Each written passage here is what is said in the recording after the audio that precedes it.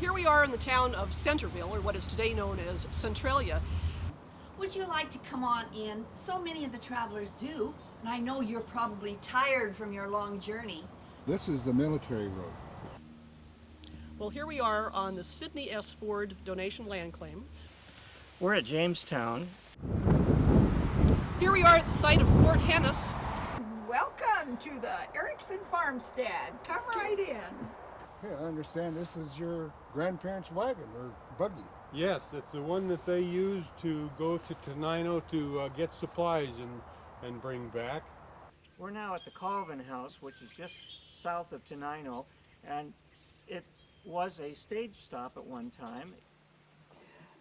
I'm going to read you some of the early history of the Colvin Ranch. We've talked a lot about Ezra Meeker and many of our musings of the Cowlitz Trail. Ezra in 1906 started on his eastward journey to bring back the remnants and the history of the trail, and this is the first marker that he placed. We're here at the Mima Mounds, just a little bit north of Tenino, and the trail would have come through this area.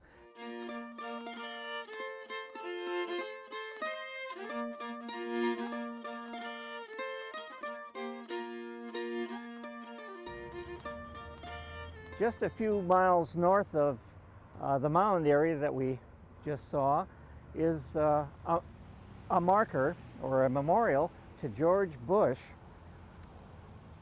and it's a rather unusual shaped memorial, and in a minute I'll show you why it has the shape that it does. But let's go over and look at some of the markers that are here. First of all, I want to point out Michael T. Simmons. We met him earlier at Fort Vancouver on his trip north to this area. And with Michael T. Simmons, when he came up later in 1845, was George Bush, a mulatto who is one of the most revered pioneers in the area. And he lived very close to this spot. Because of some of the laws in Oregon that prohibited blacks from having land, it was thought that if they moved north up to this area, then he could own land. And that's a whole story in and of itself, which maybe we should tell later. But anyway, the only representation we have of George Bush is this drawing, and frankly, I don't know just exactly where that came from. There also is a kind of a controversy that is being researched right now as we speak about his middle initial W. Some people call him George Washington Bush, and others say that we have no proof that it was Washington. We do know it was G.W. Bush. Some people think that the name Washington is being confused with the founder of Centralia, who was George Washington, who was also a mulatto. Let's go around the corner here and look at another one of the plaques.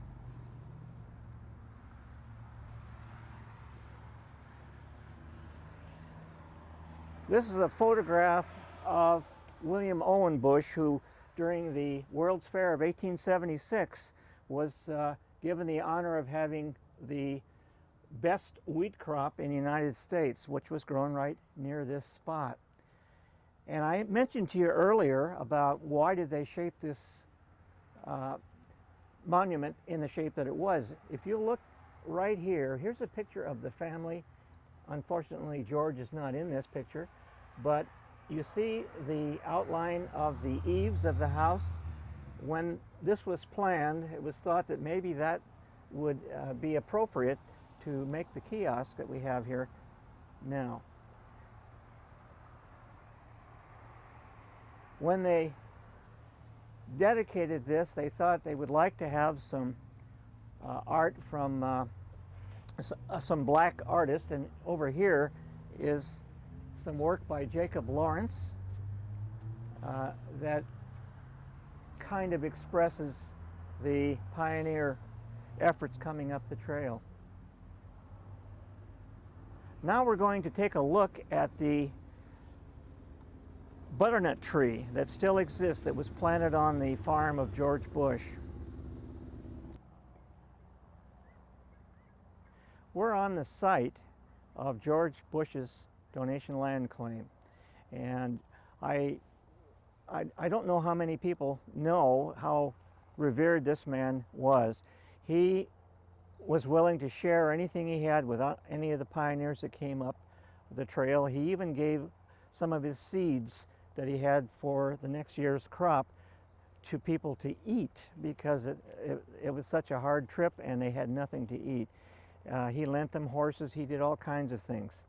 Anyway, behind me is the butternut tree that he planted beside his house. Later, I'll show you some pictures that were taken just before the original house came down. We're here on the banks of the Deschutes River near Deschutes Falls, where it meets Puget Sound. It was here in 1845 that the American settlers of Michael Simmons, George Bush, came to claim their homes and to establish their businesses. This area was very popular with the Indians as a fishing area, both here and in the salt water. And from here we're going to go visit one of the historic homes of Tumwater, located on the banks of the Tumwater Falls.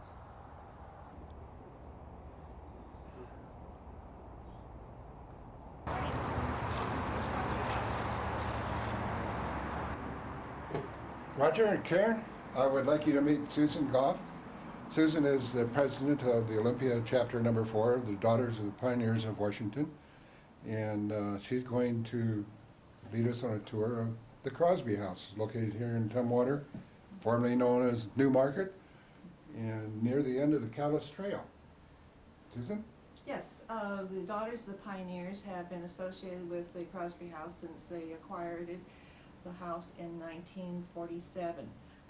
They continue to own it until they donated the house to the city of Tumwater in 1980, but they continue to operate and give tours.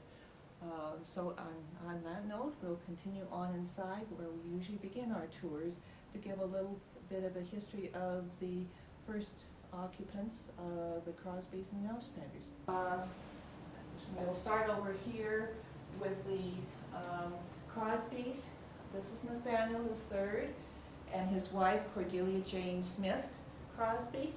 I'll give a little bit of brief talk about the two. They came from cross country by two methods. Nathaniel was a son of a seafaring captain out of Maine, and his family arrived in Tumwater the first time in 1850, but he did not stay here.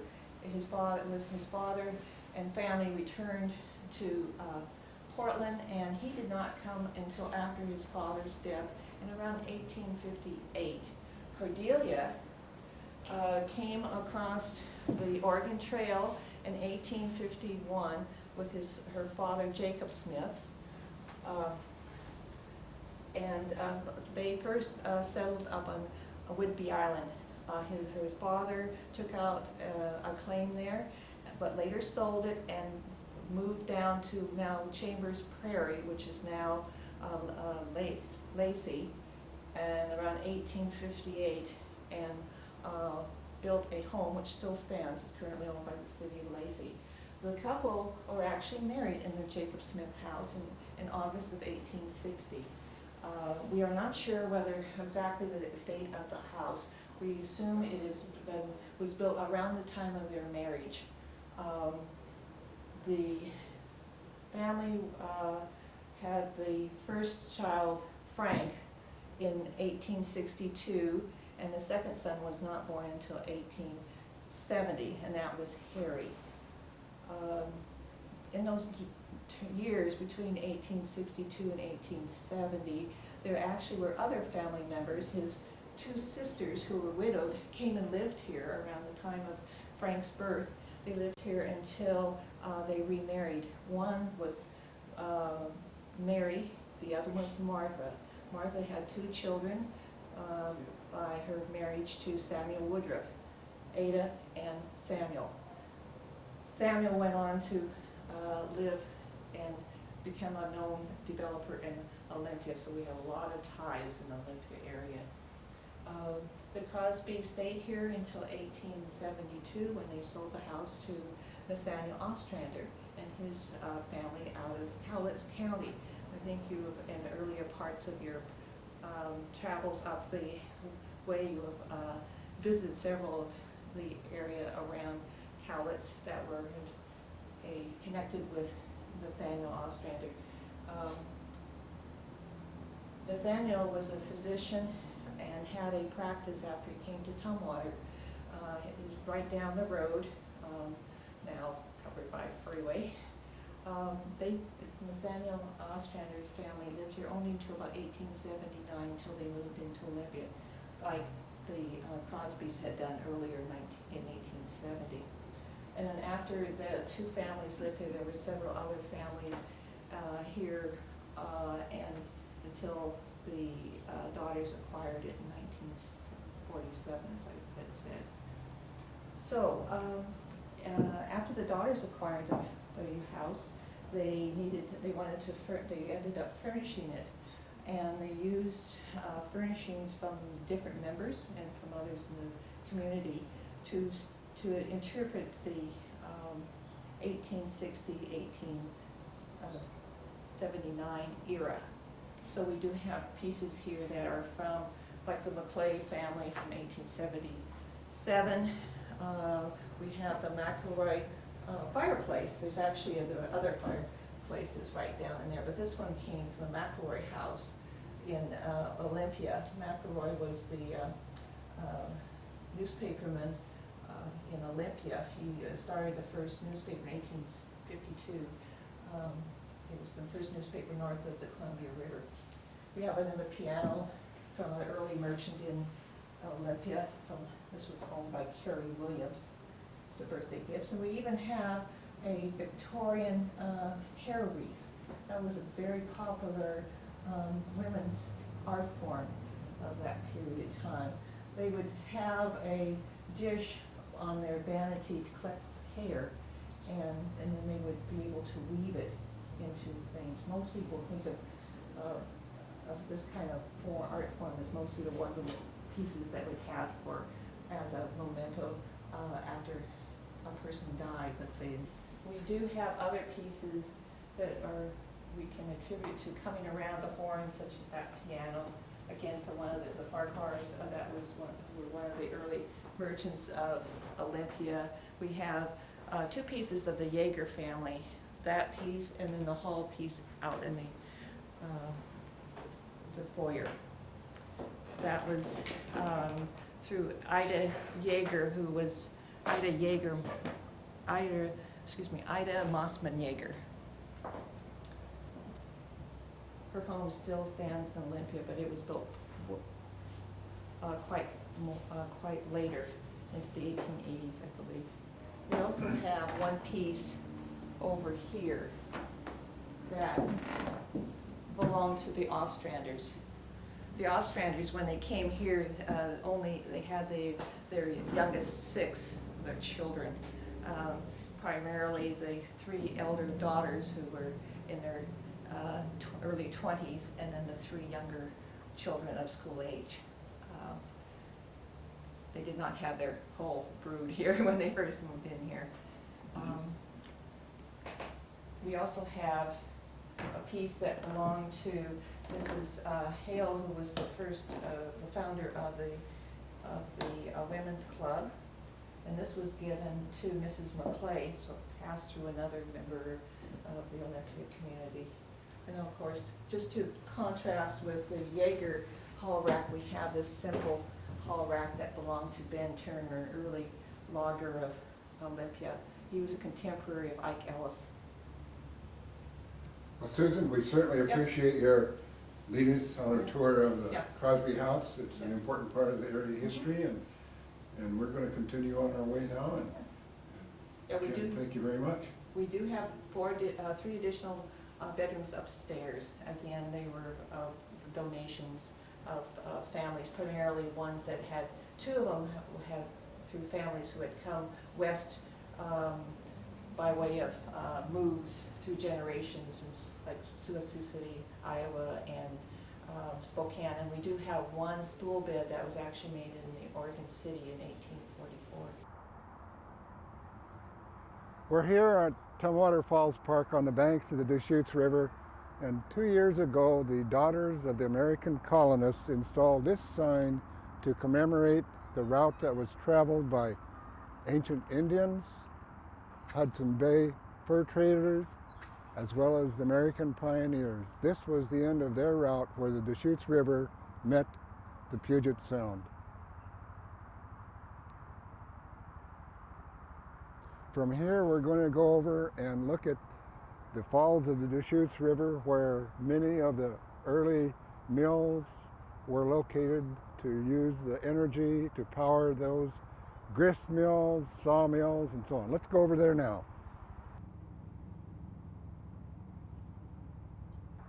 We're here at the Tumwater Historical Park, and in a minute you're going to see Tumwater Falls, which was the reason that settlers came here, and even the Hudson's Bay Company as early as 1829 recognized this as a great site for water-powered mills and whatnot. If you can look down at this photo, which was taken about 1880, you can see some of the buildings here. There were flour mills and sawmills, and here you can barely see this little tiny wooden structure down here, which was Michael T. Simmons' original sawmill. Very tiny, but very important as being the first mill in the area to use this water power here at the Deschutes Falls. Let's walk downstream just a little bit and we'll see the falls themselves.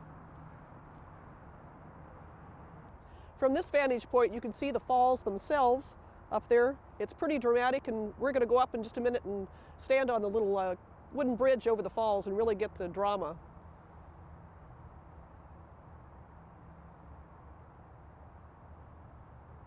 This is Tumwater Falls. It's pretty loud here, but it's a beautiful, beautiful waterfall. And you can see why the early pioneers thought this would be a good source of power.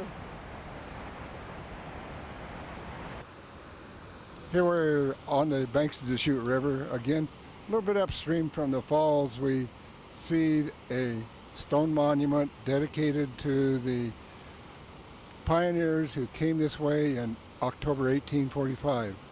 The stone, it says, was erected by the children of the late Leopold Schmidt, Tumwater citizen, in obedience to his wishes.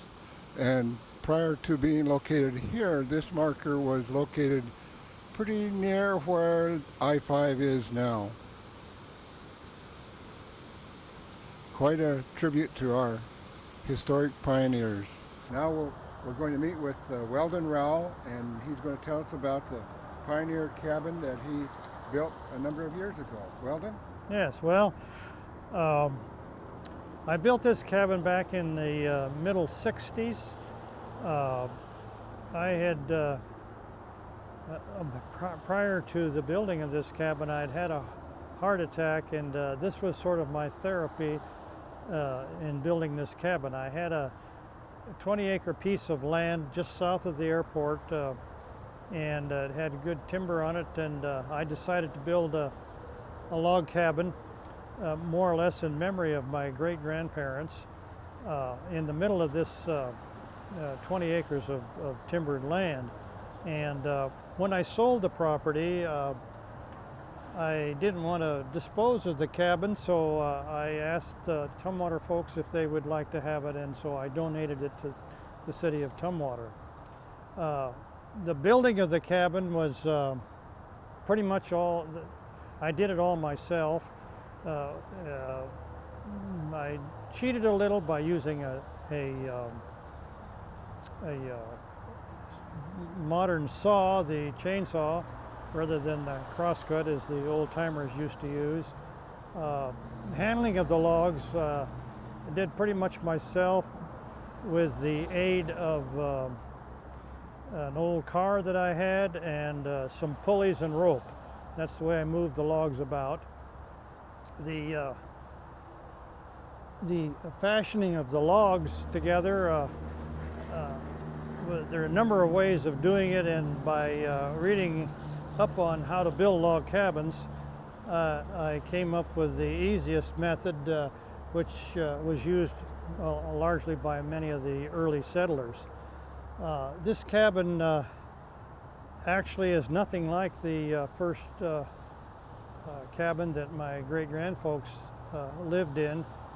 Theirs was strictly a cedar split board type of construction, but nevertheless I thought of them a great deal when I was building this cabin. Now a bit about my grandparents coming up the Cowlitz Trail. They had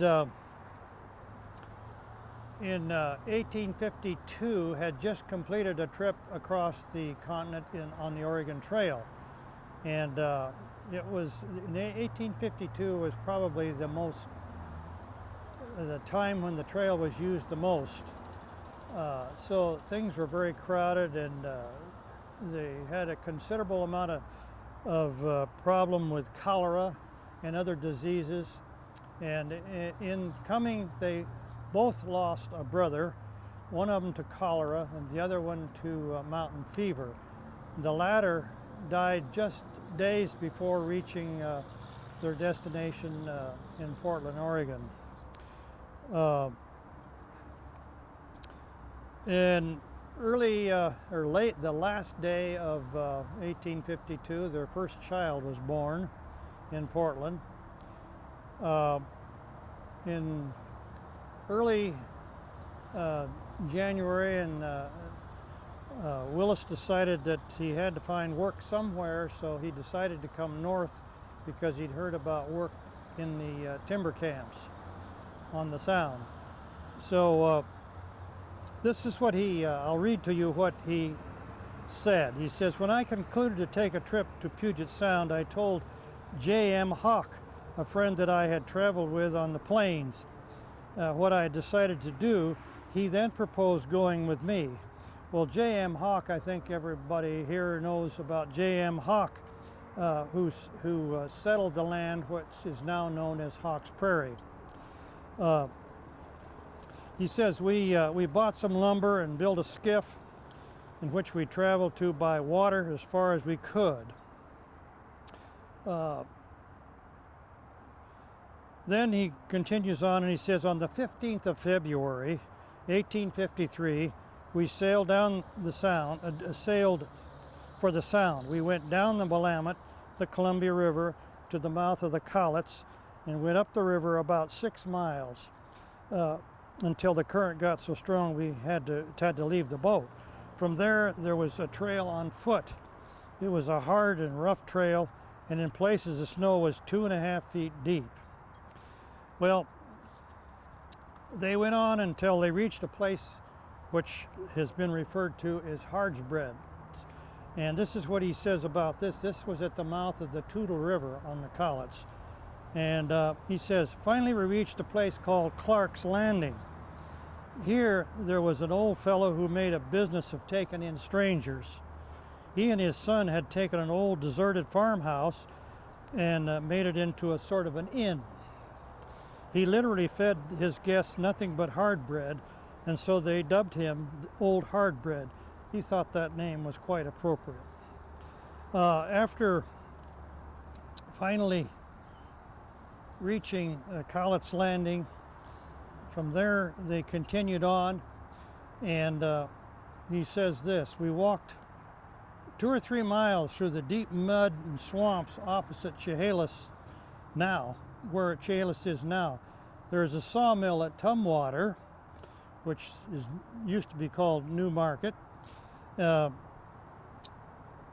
Olympia had a few houses, and really just cabins, but a real boarding house with plenty of good food. Then he said we stopped only overnight in Olympia, and in the morning we met 3 other fellows that wanted to go to Stilcombe. So the 5 of us hired a boat, sort of a yawl, he says, to take us as far as Fort Nisqually. Then from there we walked the 8 miles to Stilcombe. Here we began looking for work and soon met Lafayette Bulch, who informed us that he needed some men to go across to Henderson Bay to work in the timber camps. So they did, and Then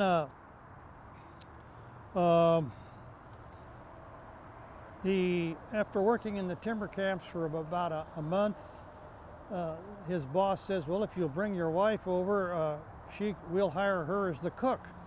So he went back to Portland to get his wife and young son, and they came back to the camp. And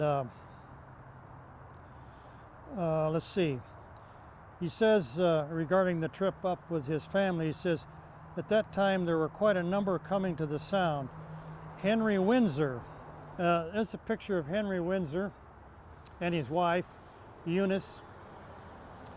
So he came with Henry Windsor, who had just started a service in a bateau coming north. He says at the time there's quite a number coming to the Sound country. Henry Windsor, who settled in Mason County, had a large bateau that he ran from Portland to the Cowlitz landing. So I shipped my wagon on a seagoing sailing vessel from Portland to Steilacoom and took passage with Captain Windsor to the Cowlitz landing. After getting to Cowlitz landing, then they had to struggle up from Cowlitz landing to Olympia on foot, and they met somebody that had a wagon, and then somebody else had a steer, and so they put the two together and put everybody in the wagon, and that's the way they got to Olympia. He says we got through to Olympia safe enough where we rested overnight. The next day we hired an Indian to take us in a canoe to Henderson Bay. Well, they worked in this camp for the rest of the summer, or a month or so, and then they decided they weren't making money fast enough because they had plans to go back home again. They weren't going to stay out here. But after they heard that her mother had passed away back east, they decided they were going to stay. Anyway, I thought you might like to see a picture of Mary Ann and Willis. This is a picture when in their older age. You got it?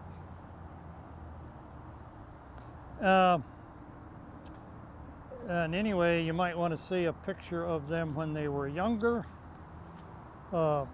This is a picture of Mary Ann when she was in her 30s. She was 18 when they left, and he was 24. And this is a picture of Willis when he was in his late 30s.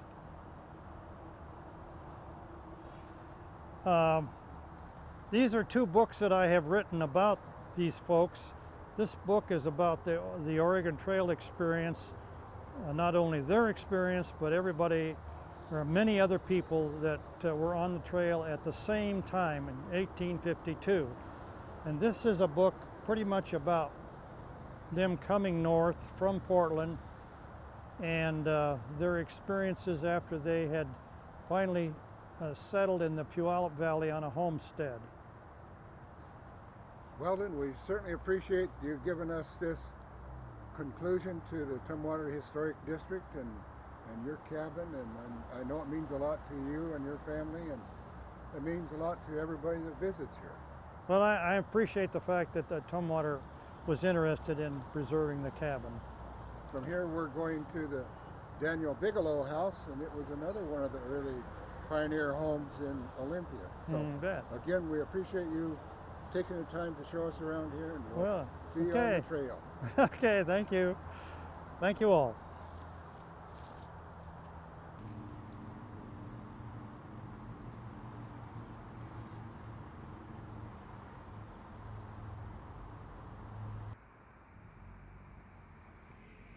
Many historians recognize and understand that the Oregon Trail ended where the immigrant claimed his land. So it is with Olympia. In February 1913, the Daughters of the American Revolution placed this bronze monument on the stone here in what was called Capitol Park, today's Sylvester Park, dedicated to the end of the Oregon Trail here. We're calling this the Cowlitz Trail because it came from the Cowlitz River, Cowlitz Landing, and it was named for the Cowlitz Indians. But this was marked in February 1913. Those in attendance were Washington Governor Lister, George Himes, curator of the Oregon Historical Society, and the honored speaker was Ezra Meeker, and he spoke about the Oregon Trail and the pioneer experience. So here we have the end of the Oregon Trail at Olympia. We're finally at Budd Inlet, which in Olympia, which is for many was the end of the trail, and it would be interesting, I think, to note that many of the people who came here, such as the Bigelows and the Crosbys, didn't come up the Cowlitz Trail. They came into this area. For about 175 years ago, the Cowlitz farms sold much of their produce to go overseas, and even in those days the Russians had come in here, and as you can see, there's a Russian ship in the harbor now depositing aluminum for a trading item for here. Let's go over to another vantage point and really see what the southern tip of Puget Sound looks like. We're at the southernmost tip of Puget Sound now. This would be where the Crosbys and the Bigelows would have come in the 1840s. And you might notice a point over here, Priest Point. That was named for a mission that was there back in that same time frame. So it looks just exactly as it did then. Now we're headed to the Bigelow House, we think the oldest, let me put that another way. The family has lived in the Bigelow House since 1860, the same family. All the furnishings inside are exactly the same, and it's a great spot to visit when you're here. I'm sure that all the travelers who came up the trail couldn't help but notice it in those very early days.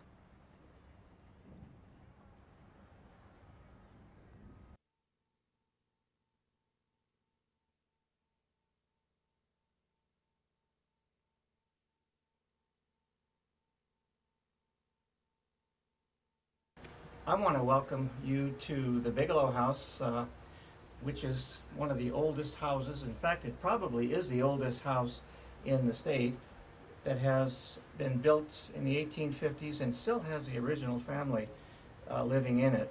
And as president of the Bigelow House Preservation Association, I'd like for you to take a look at some of the original things that were here long ago.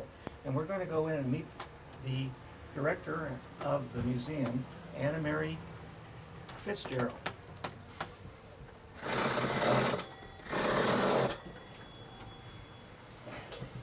Hi, Mary. Hello. Good to see you.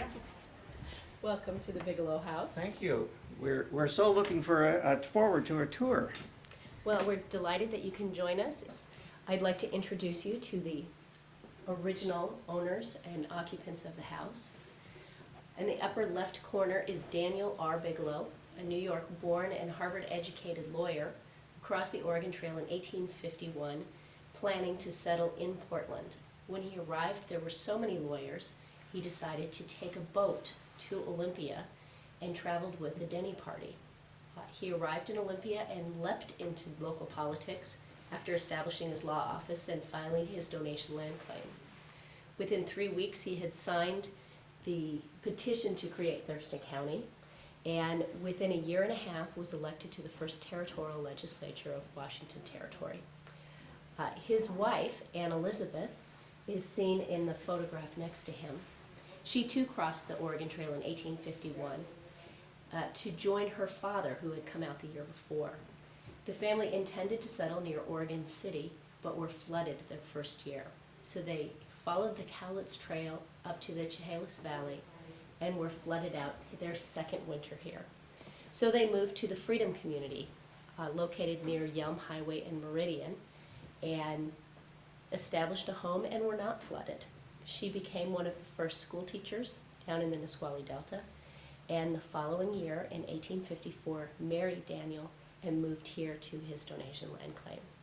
His land claim was 160 acres. It was roughly 8 blocks wide and 1.25 miles deep. Daniel Bigelow began construction on this house after the birth of his first child in 1855. He originally had a 2-room cabin that you'll see at the end of the tour. He built this house based on his expectations of a home and what he saw in New England.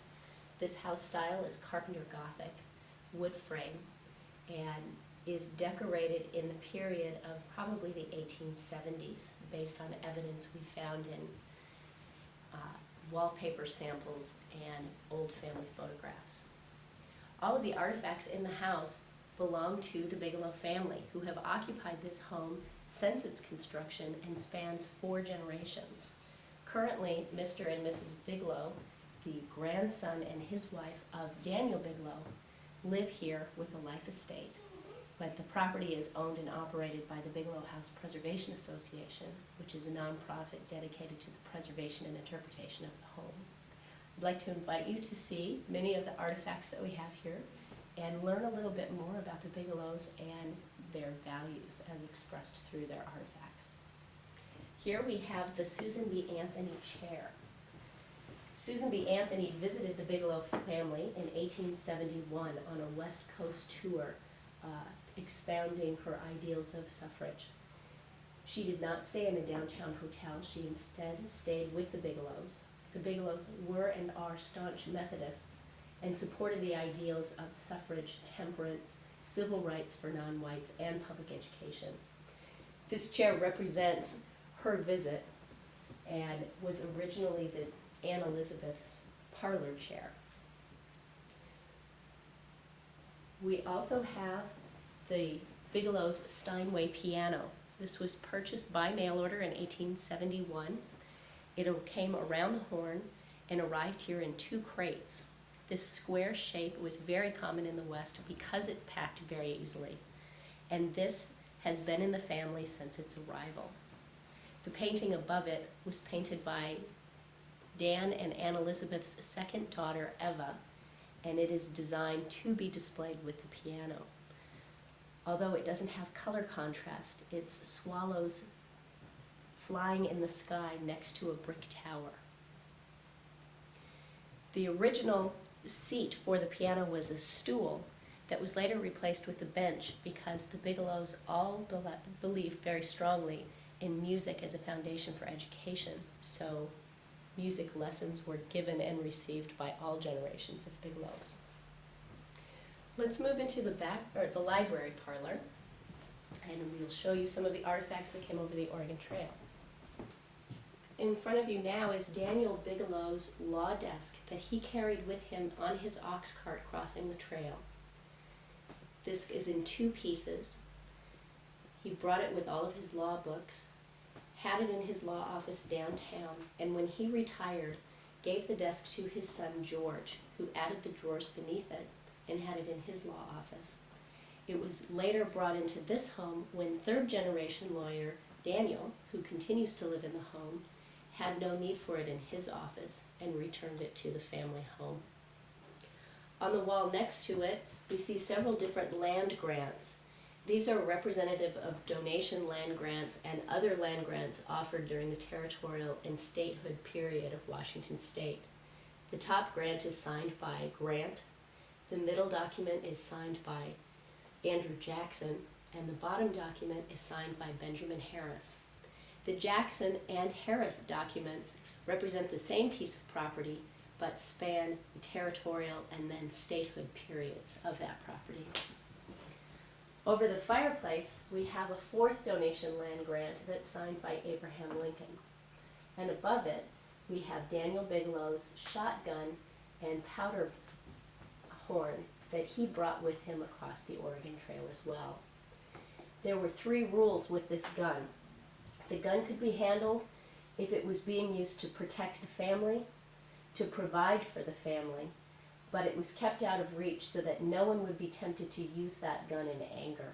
And that's part of the reason it's displayed so high on the wall today. This is the family parlor that sits just behind the front parlor as you enter the house. We call this the family parlor because it represents the domestic diversions of the family. As you can see, there are several musical instruments, including a pump organ that was purchased at the same time as the Steinway piano, and several small instruments that the current Mrs. Bigelow, Mary Ann Bigelow, has collected over several decades of public performance and musical appreciation. Calendar clock is one of the family's oldest possessions. It's a calendar clock because it not only tells hours and minutes, it also shows the month in the small box below the 12 and the date with the gold hand that currently is on the number 4. This is an 8-day clock that's wound on Sundays, and this clock was explained as the clock that Anne Elizabeth had in her classroom. The family interprets that to be the small log cabin that she taught in 1853. But the Bigelows also founded 3 different institutes for higher learning in Olympia. There was the Olympia Collegiate Institute, there was the Puget Sound Wesleyan Institute, and a 3rd institute, and all 3 failed because they didn't have enough people subscribing to attend, but the charters of all 3 were united and created the foundation for the University of Puget Sound that now resides in Tacoma. It's believed that this clock was actually in one of those 3 colleges and would support the idea that it was in Anne Elizabeth's classroom because she both taught and took classes in those colleges that the Bigelows helped establish. There are other pieces of art throughout the room. We have the small seaweed and shell collar that mimics the Victorian hair jewelry of the 1880s. We also have samples of Bigelow embroidery and the embroidery box that contained the supplies to create it. And on the wall next to the embroidery, we have several shell frames that were created by Anne Elizabeth. There were originally 8, 1 for each of her children. 4 survive in the house. All of these were created from shells dug out of Olympia's Budd Inlet and represent the ballast dumped here by ships traveling all over the Pacific Ocean and picking up raw materials to take with them overseas. Next, I'd like to take you outside to view what is believed to be the original 2-room cabin that Daniel built on his donation land claim. Directly behind the house, to the north, is what the family refers to as the cabin, the laboratory, or the second house. It's believed that the right third of this structure that has the door and the window next to it are part of the original 2-room cabin that Daniel Bigelow brought his bride, Anne Elizabeth, to in June of 1854. This structure was expanded, and when the structure was re-roofed in 1999, we stripped off layers of roofing to uncover recycled interior wallboard that had newspaper as wallpaper. The dates from those newspapers were from 1865 and discussed Lincoln. So it's believed that the structure in its current shape is probably from the late 1870s. And although not the original 1850s cabin recognizable, it's still very old on the site and is continued to be used as the carving studio for Mrs. Bigelow. Joining us today also is Mary Ann Bigelow. She is the wife of Daniel Bigelow, grandson of Daniel Richardson Bigelow, builder of the house. She's joining us today to talk about all of the different people that have been a part of this home over time. I should have gotten out the autograph album that's in the library. One signature I'm very fond of is the son of the general who was in charge of the army during the Pig War. and the general had married an Indian woman, and they had a son, and he was very talented. We could get that out of if you want. And I find that if I knew enough about history and more about how to restore ink, I would have a who's who was here in that length of time. There were many others, and of course a lot of them were before my time, if anything ever was. And this was the center of their social life, and more importantly of their intellectual life. And there were more discussions and more, they had a word for them, I've forgotten it, Chautauqua people that came, and this was the center of it. And Aunt Ruth, who was born here in 1858, or before that, and lived here her whole life, and died here.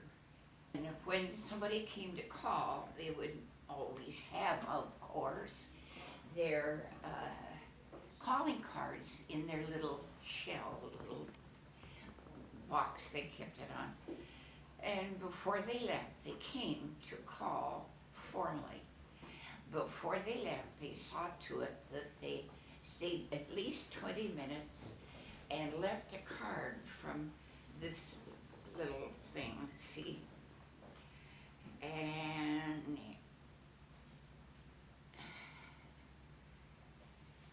Mrs. Bigelow, I don't know which one, I lost them, but you left your card in the receptacle at Margaret at her own idea. I think I have cards in here. You weren't grown up unless you had calling cards. And then you put them back in your purse or your whatever you carried and went home. And if the people that you called on didn't call, would call back and do the same routine, within 2 weeks, you called again, repeated the call, and then what? If they didn't return the call, you were not allowed to speak to them again. It's hard to tell about this house because I speak of times where the people are all dead. But there was more than just living in those days. There was handwork, there were people to be called on, there were all kinds of people that came and had authority of different kinds, and they came to see Grandfather Bigelow or Grandmother Bigelow, who was much more prominent in her life than the others were at that time. But I'll try to think, well, the Sunday school teacher was a real power. He was a learned man. Can't think of his name. He was here every Sunday. This was the family that donated, picked and donated the juice for communion. And it was one of my jobs. I was low man on the totem pole as a bride, and I had to go out and pick the grapes and cook the grapes and sieve the grapes and then send them in bottles over to the church, down to the church. Then it was downtown Methodist church. And the Methodist used the grape juice in communion. There was a unity that you can't describe in a smaller town like Olympia was. I remember wishing that I knew more people, and they said it wasn't my place to know more people. You just knew the right kind of people. And they were snobs, I will say. But I enjoyed it, and you kept to your place, and you met with certain people that you were supposed to know. And now people don't have any compunction about trampling on your arches, especially somebody as old and as small as I am. But times do change. But the social part of Olympia was very strong and very contained. It's hard to say what a house like this means to the one living in it, because times are so different. This is the parlor. You hardly ever used it. And that was the living room, and that's where you lived. And there were other rooms. The kitchen was the milk room, and it wasn't used very often. They didn't have any heat there, but then they didn't have any heat in a lot of the rooms, and still don't. And we go to bed cold, and the bed is supposed to get us warm. But it's a house of deliberate framework. So I can't tell you what it's like. You have to have been there like I have been. And I loved it. I loved it. It was hard. I was bottom man on the totem pole, but I am not anymore. Of course, they don't think that way nowadays.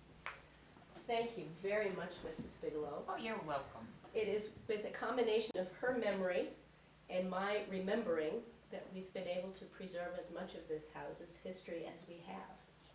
Well, thank you both very much for sharing this wonderful home with us. I'm sure that many people will want to come and visit when the tours are open.